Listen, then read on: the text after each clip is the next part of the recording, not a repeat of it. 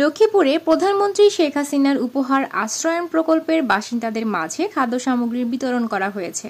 বুধবার ৩ জুলাই দুপুরে সদর উপজেলার দালাল বাজার খন্দকারপুর আশ্রয়ন কেন্দ্রের অর্ধশতাধিক পরিবারের মাঝে এই খাদ্য সামগ্রী বিতরণ করা হয়।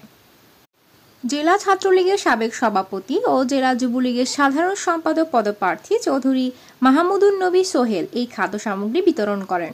জানা যায়, বাংলাদেশ আওয়ামী যুবলীগের চেয়ারম্যান অধ্যাপক শেখ ফজলে শামস পরশের জন্মদিন উপলক্ষে প্রধানমন্ত্রী শেখ হাসিনার উপহার আশ্রয়ন প্রকল্পের বাসিন্দাদের মাঝে খাদ্য সামগ্রী প্রদান করা হয়েছে।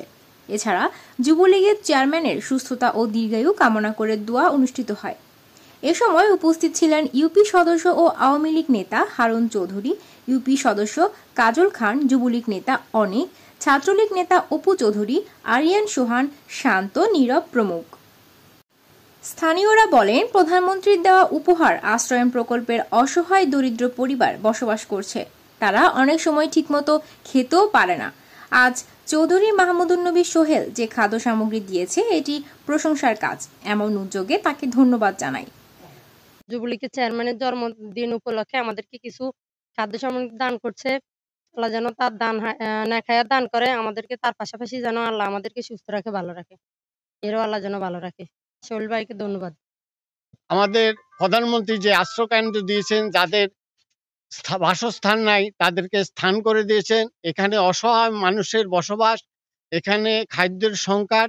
আজকে আমাদের যুবলীগের চেয়ারম্যান পরশ সাহেবের আজকে জন্মবার্ষিকী উপলক্ষে আজকে ত্রাণ বিতরণ করছেন। এখানে সাবেক ছাত্রলীগের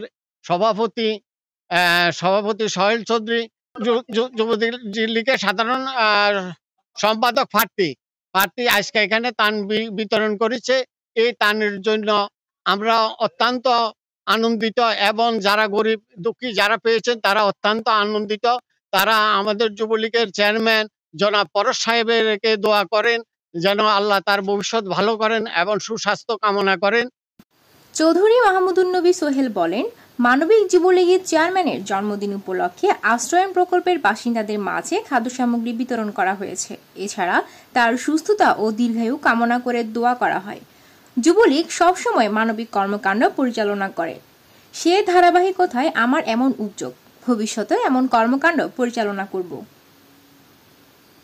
গরিব দুঃখীদের মেহনতি মানুষের আশ্রয় দিয়েছেন, যাদের ভূমি ছিল না তাদেরকে ভূমি দিয়েছেন, ঘর দিচ্ছেন শেখ হাসিনা। তার আশ্রম প্রকল্পে মানবিক যুবলীগের সপ্রদোষটা শেখ মুজিবের জন্মদিন উপলক্ষে আমরা তাদের মাঝে খাদ্য সামগ্রী আমরা বিতরণ করেছি, যাতে করে তারা ঘরও পেয়েছে, তারা আশ্রয় পেয়েছে এবং তারা আজকে খাবারও পেয়েছে। এবং তাদের এই খাবার পেয়ে তারা অত্যন্ত আনন্দিত এবং উৎফুল্লিত, এবং তারা শেখ হাসিনা, শেখ মুজিব এবং বঙ্গবন্ধু সহকারে সকলের জন্য তারা আল্লাহর কাছে দোয়া চেয়েছে।